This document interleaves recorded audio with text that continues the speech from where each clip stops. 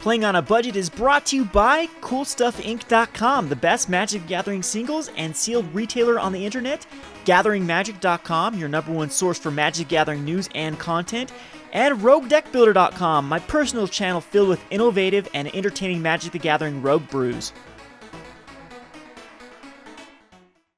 Hi there, it's Kevin with GatheringMagic.com. I'm here with this week's episode of Playing on a Budget. This week we're going to take a new spin on Playing on a Budget, and we're going to upgrade a standard deck into a modern deck by using our same budget restrictions with $100, but assuming you already have these cards. Now, as many of you may know, I own a local game store in Richfield, Utah called Gone Rogue Games, and one of the things that is a little bit difficult for newer players is making that transition into modern.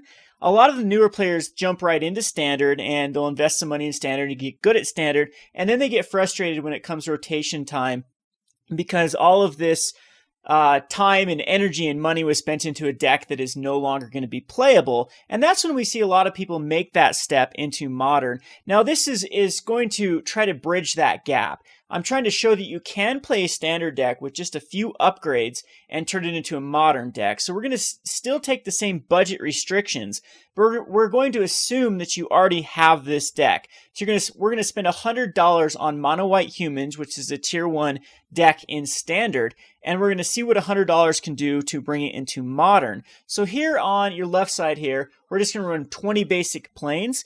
And then this is a pretty common shell for the Mono White Humans. We have the Thraben Inspectors and some Dragon Hunters, Knight of the White Orchids, Kytheon, Declaration in Stone, Thalia's Lieutenant, and the Consul's Lieutenant. So here is where I'm going to make the best use of $100. So the first off, I think that the best one drop, of course, since we're in humans, is going to be the Champion of the Parish, which is a 1/1 whenever a human enters the battlefield, put a +1 counter on it. The next one we're going to invest in is Mardu Woe-Reapers. A lot of you may still have these from the Fate Reforged that just rotated. Why I chose this as my go-to one-drop is right now it's incredibly powerful in the metagame. There is quite a few living end decks, but Dredge is everywhere. And this card is very, very good against Dredge. Even though we don't have any other warriors besides the Mardu Woe-Reaper, just that one trigger, you're gaining 1 life against even Suicide Zoo and even decks that you utilize any sort of delve. Mardu Woe-Reaper can kind of set them back. So I think that instead of just running more blank Dragon Hunters, the Woe-Reapers are not going to cost you anything. These are bulk uncommons, they're easy to come by, so it's just better than the Dragon Hunters or Expedition Envoys or any cards like that. It has an upside to being a 2/1. Student of Warfare is another incredibly good one-drop. You just have to put 2 mana into the Student of Warfare and it becomes a 3/3. Again, I think it just slightly gets the edge over the other one-drops, as it's going to become a 3/3 first striker quite easily, and you never know, you can actually get this guy up to a double strike if it goes late game. Now, instead of always watching, we're going to run Honor the Pure because we are running all white creatures. It comes out as in modern, the difference between 2 and 3 is huge. The difference between on even turn number 3 casting another one-drop and also casting Honor the Pure, or even on turn number 4 being able to put more of your hand out or even second turn, going like first turn Champion of the Parish, second turn Honor the Pure, and then third turn dumping a bunch of stuff out. Honor the Pure is just so much better at 2 mana. Always Watching does give Vigilance, but I think the Honor the Pure is just a nod over the Always Watching. And then we are also adding Thalia, Guardian of Thraben, as it's a very powerful card. We're not running any non-creature spells, except for 2 Declarations in Stone. I would go a third, but it puts us right above the budget, and I'll show you the budget in just a second here. But a third or even a fourth of the Thalia would be incredibly powerful in this deck. And then the Imposing Sovereign, which is a 2/1 for 2 mana, but your creatures your opponent control enter the battlefield tapped. So it's going to be able to be a very aggressive. Your opponent's blockers, like their Tarmogoyf, will come into play tapped, and you'll be able to get in there for that last bit of damage. The sideboard, we're going to run 1 Stony Silence. I would run 2, but budget. These are quite expensive. This shuts down Affinity. It also shuts down, to a point, it is good against Tron. And there are a lot of other decks like Skred that it's very good against. Also Lantern Control. Then we're going to run 3 Rest in Peace because I said Dredge is everywhere right now in the format. 3 Brave the Elements. This is really for Pyroclasm, Lightning Bolt, Electrolyze, those type of cards. It helps us protect our key pieces like our Thalia's Lieutenants and our Champion of the Parishes. Mirran Crusader is going to come in versus Jund.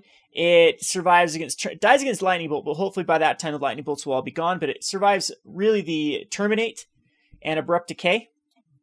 And then Celestial Flare, which I think is the most underrated card in Modern right now. It is my go-to answer for Bogles and for Suicide Zoo and to even a Point Affinity if they're attacking like an Inkmoth Nexus. They've sacked everything with Arcbound Ravager. A lot of times Celestial Flare is so powerful in the format.